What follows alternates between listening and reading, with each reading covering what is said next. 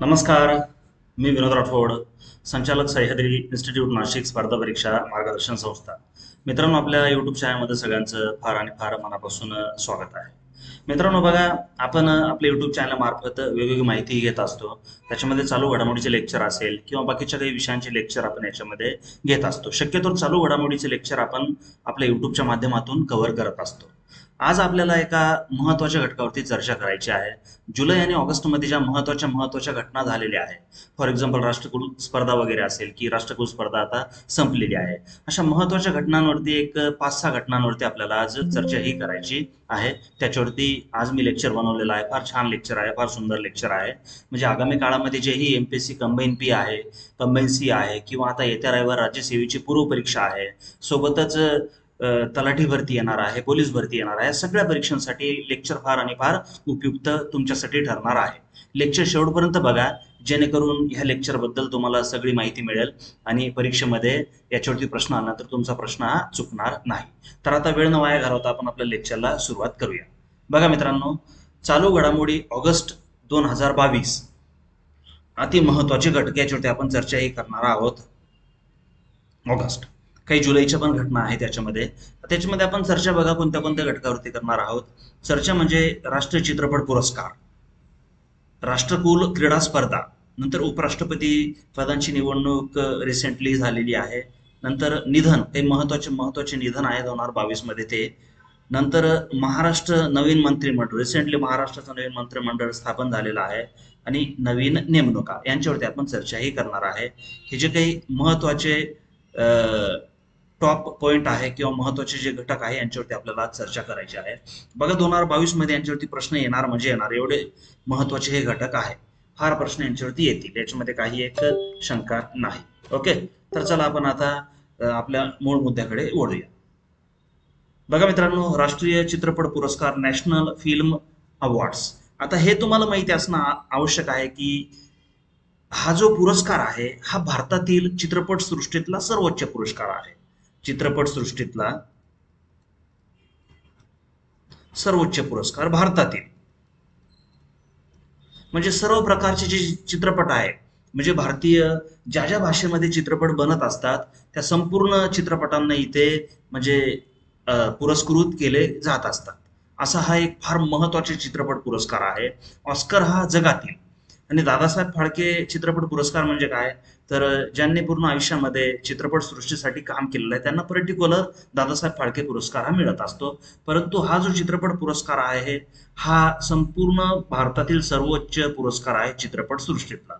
बघा, 68वे चित्रपट राष्ट्रीय चित्रपट पुरस्कार 2022, 68 नंबरचे हे पुरस्कार रिसेंटली पार पडलेला आहे. 68वे चित्रपट पुरस्काराची घोषणा 22 जुलै 2022, 22 जुलै 2022 ला घोषणा झालेली आहे. 68वे राष्ट्रीय चित्रपट पुरस्कार मध्ये सर्वोत्कृष्ट चित्रपट सुरुराई पोटोरू हा सर्वोत्कृष्ट चित्रपट आहे. तमिळ पिक्चर आहे हा सर्वोत्कृष्ट चित्रपट. 68वे राष्ट्रीय चित्रपट पुरस्कारानुसार सर्वोत्कृष्ट दिग्दर्शक पुरस्कार KR सच्चिदानंद, सर्वोत्कृष्ट दिग्दर्शक. नंतर 68वे राष्ट्रीय चित्रपट पुरस्कारानुसार सर्वोत्कृष्ट अभिनेत्याचा पुरस्कार सूर्या आणि अजय देवगन यांना मिळालेला आहे. सर्वोत्कृष्ट ऍक्टर म्हणजे बेस्ट ऍक्टर अवॉर्ड.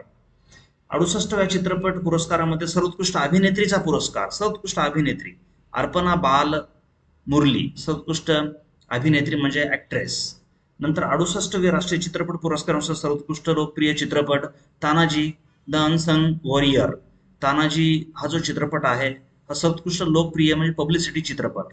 त्याच्यानंतर 68व्या राष्ट्रीय चित्रपट पुरस्कारानुसार सर्वोत्कृष्ट हिंदी चित्रपट तुलसीदास ज्युनियर हा हिंदी चित्रपट आहे सर्वोत्कृष्ट. त्याच्यानंतर पुढच्या काही घटना बघू याच्यामध्ये आपण.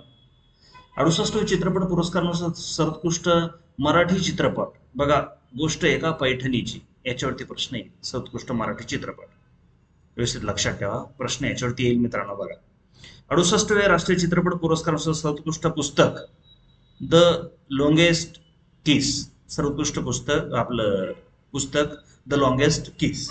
त्याच्यानंतर 68वे राष्ट्रीय चित्रपट पुरस्कारानुसार सर्वोत्कृष्ट गीतकार मनोज मुत्शीर, हे सर्वोत्कृष्ट काय आहे, गीतकार आहे. 68वे राष्ट्रीय चित्रपट पुरस्कारानुसार सर्वोत्कृष्ट बालचित्रपट सुमी मराठी, बघा हा पण महत्वाचा पुरस्कार आहे. सुमी मराठी याच्यावरती सुद्धा येऊ शकतो. नंतर 68व्या राष्ट्रीय चित्रपट पुरस्कारानुसार सर्वोत्कृष्ट बाल कलाकार पुरस्कार आकांक्षा पिंगळे सुमी, दिव्यांश इंदुलकर सुमी आणि अनीस गोसावी टकटक यांच्यावरती सुद्धा प्रश्न येऊ शकतो. 68व्या राष्ट्रीय चित्रपट पुरस्कारानुसार सर्वोत्कृष्ट चित्रपटासाठी अनुकूल राज्य मध्य प्रदेश. सर्वोत्कृष्ट चित्रपटासाठी अनुकूल राज्य कोणतं, तर मध्य प्रदेश हे राज्य आहे. मध्य प्रदेश. नंतर बघा 68व्या राष्ट्रीय चित्रपट पुरस्कार वितरण ठिकाण दिल्ली. दिल्लीमध्ये वितरण ठिकाण आहे, म्हणजे दिल्लीमध्ये या पुरस्काराचं वितरण करण्यात आलेलं आहे. आता 68 राष्ट्रीय चित्रपट सृष्टीतील भारतातील सर्वोच्च पुरस्कार म्हणजेच राष्ट्रीय चित्रपट पुरस्कार सुरुवातीला तुम्हाला मी सांगितलेलं आहे. बघा राष्ट्रीय चित्रपट नॅशनल फिल्म अवॉर्ड याच्याबद्दल आपण महत्वाची माहितीही घेतलेली आहे. बाकी तुम्हाला ही अतिरिक्त माहिती असेलच, महत्वाची माहिती इथे आपण घेतलेली आहे परीक्षेच्या दृष्टिकोनातून. पुढच्या मुद्द्याकडे वळूया आपण. आता बघा पुढचा मुद्दा फार महत्वाचा आहे, राष्ट्रकुल क्रीडा स्पर्धा. राष्ट्रकुल म्हणजे काय, आपले कॉमनवेल्थ गेम राष्ट्रकुल क्रीडा स्पर्धा 2022 मध्ये ही स्पर्धा पार पडलेली आहे. ब्रिटनमध्ये 2022 मध्ये ही स्पर्धा पार पडलेली आहे आणि 8 ऑगस्टला स्पर्धेचा शेवटची तारीख होती आणि त्या दिवशी जी पदतालिका आलेली आहे ती आपण इथे वाचून दाखवतो तुम्हाला. नंबर 1 ला राहिलेला आहे Australia, number 2 England, number 3 Canada आणि नंबर 4 ला आहे आपलं भारत नंबर 4 ला आहे. एकूण बघा 61 पदकांची कमाई आपण केलेली आहे. एकूण 61 पदकांची कमाई केलेली आहे. 61. त्याच्यामध्ये 22 गोल्ड, 16 रौप्य आणि 23 ब्रॉन्झ, एकूण 61 पदकांची कमाई आपण केलेली आहे. 4 नंबरला भारत राहिलेला आहे. नंबर 1 ला आहे ऑस्ट्रेलिया. 67 सुवर्ण, 57 रौप्य आणि 54 ब्रॉन्झ, म्हणजे 178 पदक राहिलेले आहे. क्रम सुद्धा विचारला जाऊ शकतात, चढता किंवा उतरता क्रम विचारतील. टॉप 5 आहे तेवढे लक्षात ठेवा, फक्त टॉप 5, बाकी नाही लक्षात ठेवलं तरी चालेल. चला पुढचं बघू आपण. आता बघा हे जे ठिकाण होतं स्पर्धेचं याच्यावरती मागच्या लेक्चरमध्ये चर्चा केलेली आहे आपण. नंतर आवृत्ती 22वी, कालावधी 28 जुलै ते 8 August, Shubhankar peri the boule. भारताचे उद्घाटन सोहळ्याचे ध्वजवाहक हे पण चर्चा केलेली आहे पण मनप्रीत सिंग आणि महिला PV सिंधू. राष्ट्रकुल क्रीडा स्पर्धेची सुरुवात 1930 हॅमिल्टन कॅनडामध्ये याची सुरुवात झालेली आहे. याच्यावरती मागच्या लेक्चरमध्ये चर्चाही झालेली आहे. भारताचा सहभाग 1934 इंग्लंड ब्रिटन येथे 1934 मध्ये भारताचा सहभाग झालेला आहे. भारतासाठी पहिले पदक जिंकणारा खेळाडू राशद अनवर 74 किलो वजनी गट फ्री स्टाईल कुस्तीमध्ये रौप्य पदक जिंकलेला आहे, म्हणजे पहिला खेळाडू आहे. नंतर गेल्या 6 राष्ट्रकुल मधील भारताची कामगिरी बघू आपण. गेल्या 6 राष्ट्रकुल मधील भारताची कामगिरी कशा पद्धतीची आहे ती बघू आपण. तर बघा 2010 मध्ये सर्वाधिक कामगिरी आतापर्यंत राहिलेली आहे 101 पदक. सर्वाधिक कामगिरी 2010 मध्ये 101 पदक आतापर्यंत. सेंचुरी 100 पदकापेक्षा जास्त कमाई आपण केलेली आहे, म्हणजे आतापर्यंतची हायएस्ट ही कामगिरी राहिलेली आहे. 2002 मध्ये बघू Manchester, 2006 Melbourne 50, 2014 Glasgow Scotland 64, 2018 Gold Coast 66, 2022 Birmingham 61 पदक, म्हणजे 4थ्या स्थानावर आपण इथे राहिलेलो आहे. इथे 2ऱ्या स्थानावरती आपण बाजी मारलेली, डायरेक्ट 2ऱ्या स्थानावरती दिल्लीमध्ये. भारतामध्ये ही स्पर्धा होती. चालेल, हे गेल्या आपण 6 वर्षातील कामगिरी बघितलेली आहे, 6 दशकातील कामगिरी बघितलेली, कारण दर 4 वर्षांनी स्पर्धा होत असते. 2022 मध्ये 3 नव्या खेळांचा समावेश याच्यामध्ये करण्यात आलेला आहे. 3 नव्या खेळांचा समावेश. ते 3 नवे खेळ बघा, T20 क्रिकेट, व्हॉलीबॉल आणि पॅरा टेबल टेनिस या 3 खेळांचा समावेश याच्यामध्ये केलेला आहे 2022 मध्ये. प्रश्न येईल याच्यामध्ये की 2022 मध्ये कोणत्या कोणत्या नवीन खेळांचा समावेश केलेला आहे. चालेल, चला पुढचं बघू आपण. आता हे मी खेळाडू इथे लिहिलेले आहे मुद्दा म्हणून. आता तुम्ही इथे काय करणं आवश्यक आहे की हे जे खेळाडू आहे, एकूण 61 खेळाडू कोणते कोणते आहे यांच्यावरती प्रश्न आहेत. त्यातल्या त्यात महाराष्ट्राचे खेळाडू कोणते कोणते आहेत आणि कोणते कोणते पदक त्यांनी मिळवलेले आहे याच्यावरती प्रश्न येईल. याच्यावरती तुम्ही लक्ष देणं आवश्यक आहे. चालेल, बघा काही महत्वाचे खेळाडू आहेत जसं की मीराबाई चानू. कोणत्या खेळाशी संबंधित आहे? आता मीराबाई चानू वेट लिफ्टिंगशी संबंधित आहे, चालेल. मग आता वेट लिफ्टिंग संबंधित आहे, त्यांनी सुवर्ण पदक जिंकलं, परंतु किती वजन त्यांनी उचललं? हे सगळे बारीक बारीक प्रश्न तुम्हाला इथे उपस्थित होत असतील आणि हे लक्षात ठेवणं गरजेचं आहे. जसं की बजरंग पुनिया आहे. आता बजरंग पुनियांनी कुस्ती रेसलिंग खेळतात. बजरंग पुनिया सुवर्ण पदक त्यांनी मिळवलेलं आहे. आता कुस्तीमध्ये सुवर्ण पदक त्यांनी मिळवलं, तर किती किलो वजनी गटामध्ये त्यांनी मिळवलेलं आहे? तसं साक्षी मलिक झालं, दीपक पुनिया, रविकुमार दहिया, विनेश फोगाट, नवीन मलिक, कुस्तीमध्ये आपण भरपूर पदके मिळवलेले आहेत. त्याच्यानंतर पी व्ही सिंधू फार महत्वाचं नाव आहे. जे महत्वाचे नाव आहे ते नाव इथे लक्षात ठेवणं गरजेचं आहे. संकेत सरगल हे एक महत्वाचं नाव आहे वेटलिफ्टिंग मध्ये. संकेत सरगल हे पण नाव इथे लक्षात ठेवणं आवश्यक आहे. संकेत सरगल. नंतर विद्याराणी देवी वेटलिफ्टिंग, विकास ठाकूर वेटलिफ्टिंग. हे जे महत्वाचे नाव, अविनाश साबळे स्टीपलचे, महाराष्ट्र बीडचे आहे अविनाश साबळे हे. त्याच्यानंतर महाराष्ट्राचे कोणते कोणते हे पण लक्षात ठेवणं आवश्यक आहे. बाकी इकडे काही दिलेले आहे मी कांस्य पदक. एकूण 61 जे आपले खेळाडू आहेत ते 61 खेळाडू सगळे इथे मी दिलेले आहेत. ओके, 61 खेळाडू इथे दिलेले आहेत. त्याच्यानंतर काही असे आहे जसं की स्क्वॅश, सौरव घोषाल, काही असे वेगळे खेळाडू आहे की त्यांचं खेळांचा प्रकार थोडा वेगळा आहे, ते पण तुम्ही लक्षात ठेवा इथे. त्याच्यावरती ही प्रश्न येईल. जसं जुडो झालं, विजयकुमार यादव. ओके, बॉक्सिंगचे पण कमी लोक आहे. कुस्ती सगळ्यात जास्त आपण मिळवलेलं आहे. चला पुढचं बघू आपण आता. राष्ट्रकुल क्रीडा स्पर्धाबद्दल महत्वाची जी माहिती आहे ती तुम्हाला मी सांगितलेली आहे आणि व्यवस्थित लक्षात ठेवा ते. त्याच्यावरती प्रश्न तर येणार आहे म्हणजे येणार आहे. उपराष्ट्रपती पदांची निवड झालेली आहे. रिसेंटलीच राष्ट्रपती पदांची निवड झाली आणि उपराष्ट्रपती पदांची सुद्धा निवड झालेली. कलम 63 नुसार भारतासाठी उपराष्ट्रपती पदांची तरतुदी केलेली आहे. Vice president. आता उपराष्ट्रपतीचा विचार केला तुम्ही तर राज्यसभेचे पदसिद्ध अध्यक्ष असतात उपराष्ट्रपती. राज्यसभेचे पदसिद्ध अध्यक्ष उपराष्ट्रपती. ओके, राज्यसभेचे पदसिद्ध अध्यक्ष. भारताचे उपराष्ट्रपती दुसऱ्या सर्वोच्च दर्जाचे संवैधानिक पद आहे, म्हणजे 2 नंबरचे महत्वाचे पद आहे उपराष्ट्रपती. रिसेंटली 14वे उपराष्ट्रपती आपले झालेले आहे जगदीश धनखड, 14वे. आणि उपराष्ट्रपती पदांची जी निवड आहे ती म्हणजे लोकसभा आणि राज्यसभा यांचे जे खासदार असतात ते उपराष्ट्रपती यांना अप्रत्यक्षरित्या निवडून दिले जातात आणि अप्रत्यक्षरित्या उपराष्ट्रपतीची निवड ते करत असतात. यांची निवड 11 ऑगस्ट 2022 ला झालेली आहे. 1951 मध्ये जन्म, राजस्थान येथे, 71 वयाचे आहे. त्यांचा राजकीय पक्ष भारतीय जनता पार्टी हा राजकीय पक्ष आहे. 28 पश्चिम बंगालचे ते राज्यपाल राहिलेले आहेत. ओके, 28. आता त्यांचा कार्यकाळ जो असणार आहे 30 जुलै 2019 ते 18 जुलै 2022 हा जो कार्यकाळ आहे हा कार्यकाळ त्यांचा इथे राज्यपाल म्हणून त्यांचा कार्यकाळ हा राहिलेला आहे. 14वे उपराष्ट्रपती धनखड म्हणून इथे मी यादी दिलेली आहे की आतापर्यंत कोण कोण उपराष्ट्रपती राहिलेले आहे. सर्वप्रथम जे राष्ट्रपती होते उपराष्ट्रपती आपले सर्वपल्ली राधाकृष्णन हे सर्वप्रथम आपले उपराष्ट्रपती. तर 14वे आहे जगदीश धनखड, हे 14वे उपराष्ट्रपती आपले राहिलेले आहेत. चालेल, पुढचं बघू आपण. निधन वार्ता आहे काही याच्यामध्ये 2022 मध्ये महत्वाची निधन वार्ता इथे मी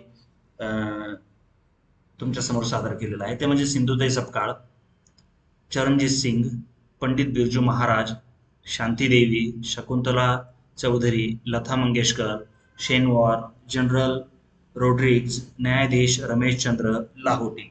महत्वाचे निधन. त्यांचं निधन कधी झालं, कोणत्या क्षेत्राशी संबंधित आहे आणि त्यांना कोणते कोणते पुरस्कार मिळालेले आहेत याच्यावरती ही प्रश्न हे येतील. व्यवस्थित तुम्ही डिटेलमध्ये हे वाचा म्हणजे नक्की त्याचं बेनिफिट तुम्हाला होईल. याच्यामध्ये सिंधुताई सपकाळ, नंतर पंडित बिरजू महाराज, लता मंगेशकर, शेनवॉन यांच्यावरती प्रश्न येईल म्हणजे येईल. व्यवस्थित डिटेलमध्ये त्यांच्याबद्दल तुम्ही वाचून ठेवायचं आहे. चला पुढचं बघू आपण. रिसेंटली बघा मित्रांनो, महाराष्ट्रामध्ये फार मोठी उलथापालथ झालेली आहे. ठाकरे सरकार पडल्यानंतर पुन्हा एक वेगळं सरकार बनलेलं आहे आणि तब्बल 1.5 महिन्यानंतर मंत्री पदाची वाटप त्यांनी केलेली आहे. त्याच्यामध्ये मुख्यमंत्री आपले आहे ते म्हणजे एकनाथ शिंदे, महाराष्ट्राचे नवीन मुख्यमंत्री, नगरविकास मंत्री. आणि उपमुख्यमंत्री जे आहे देवेंद्र फडणवीस यांनी त्यांच्याकडे महत्वाचे 2 खाते ठेवलेले आहे, गृह आणि अर्थ. आणि त्याच्यामध्ये तुम्ही काय करायचं आहे, हे जे मंत्री आहे सगळे मिनिस्टर मंत्री, मंत्र्यांचे एकूण किती 3 प्रकार पडतात, ते 3 प्रकार माहिती असणं गरजेचं आहे. नंबर 1 कॅबिनेट, नंतर राज्य आणि स्वतंत्र मंत्री, अशा मंत्र्यांचे 3 प्रकार पडतात. आता एक जी विधानसभेची लोकसंख्या, विधानसभेची जी सदस्य संख्या आहे त्याच्या 15% पेक्षा जास्त मंत्री नसायला पाहिजे, म्हणजे एक 43 मंत्री असणं आवश्यक आहे सगळे. मग तुम्ही हे बघायचे कोणते कोणते पक्षाचे मंत्री आहेत, त्यांच्याकडे कोणता कोणता कारभार आहे, कॅबिनेट कोणते कोणते आहे, राज्य कोणते कोणते आहे, स्वतंत्र मंत्री कोणते कोणते आहे, हेही बघणं आवश्यक आहे. तसं इथे मी सगळं डिटेलमध्ये तुम्हाला दिलेलं आहे, परंतु आणखी काही वेगळे खाते वाटप याच्यामध्ये झालेले आहेत. चालेल, बघा वेगवेगळे मंत्री आहे इथे. संदीप पान भुमरे, तानाजी सावंत, अब्दुल सत्तार, दीपक केसरकर, शंभूराजे देसाई, मंगलप्रसाद लोढा, अतुल सावे, रवींद्र चव्हाण, उदय सामंत. चालेल, हे वेगवेगळे मंत्री याच्यामध्ये दिलेले आहेत. याच्यामध्ये फक्त महिला मंत्री कुणी नाही एवढं लक्षात ठेवा. महिला महिला मंत्री आतापर्यंत नाही, हा एवढं एक लक्षात ठेवायचं. याच्यामध्ये आतापर्यंत जेवढे वाटप झाले त्याच्यात महिला मंत्री नाही. चला, आजचा एक शेवटचा महत्वाचा घटक बघू आपण. तो घटक आहे नवीन नेमणुका. बघा, वेगवेगळ्या नवीन नेमणुका होत असतात, याच्यावरती लक्ष केंद्रित करणं आवश्यक आहे. वेगवेगळे डिपार्टमेंट आहे, त्याच्यामध्ये सोशल मीडियावरती नेहमी प्रश्न येत असतात, जसं की ट्विटरचे संपादक कोण आहे, त्याच्यानंतर ॲमेझॉनचे कोण आहे, वगैरे वगैरे, हे लक्षात ठेवणं आवश्यक आहे. आता वेगवेगळे इथे मी दिलेले आहे, ते बघू आपण कोणते कोणते आहे ते वेगवेगळे संपादक इथे दिलेले आहेत. नवीन नेमणूक आहे, ते नवीन नेमणूक कोणत्या कोणत्या झालेल्या आहेत ते आपण बघूया. नवीन नेमणूक, नवीन नेमणूक मध्ये IBM ॲथलेट्स कमिटीचे अध्यक्ष लवलीना बोर्गोहेन, नंतर इन्फोसिस CEO आणि MD सलील पारेख, WTO समितीचे अध्यक्ष अनवर हुसेन जैन, प्रधानमंत्री Narendra Modi personal secretary Vivek Kumar IS असतात ते IS, सशस्त्र सीमा बलाचे महानिर्देशक SL थाओसेन, NICचे पुढचे महानिर्देशक राजेश गेरा. जसे की बघा, तुम्ही आता बघितलं तर 49वे CGI सध्या आहे, चीफ जस्टिस ऑफ इंडिया, आणि 50वे कोण होणार आहे याची नावाची सुद्धा घोषणा ही झालेली आहे. ब्युरो ऑफ सिव्हिल एव्हिएशन सिक्युरिटीचे महानिर्देशक IPS अधिकारी जुल्फिकार हसन,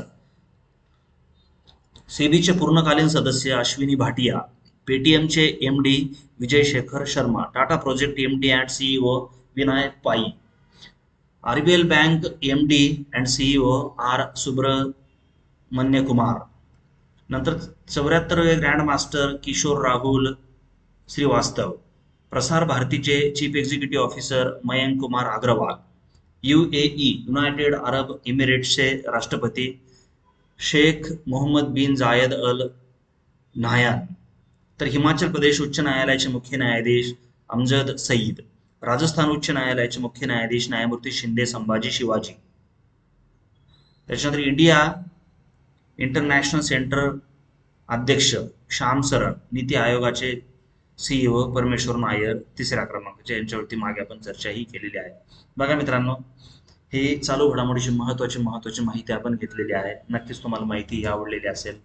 माहिती तुम्हाला आवडली असेल तर लाईक करा, सबस्क्राईब करा, जास्तीत जास्त मित्रांपर्यंत आपलं चॅनल पोहोचवा, शेअर करा त्यांना, जेणेकरून त्यांनाही एक चांगली माहिती आणि उपयुक्त माहिती मिळेल परीक्षेच्या दृष्टिकोनातून.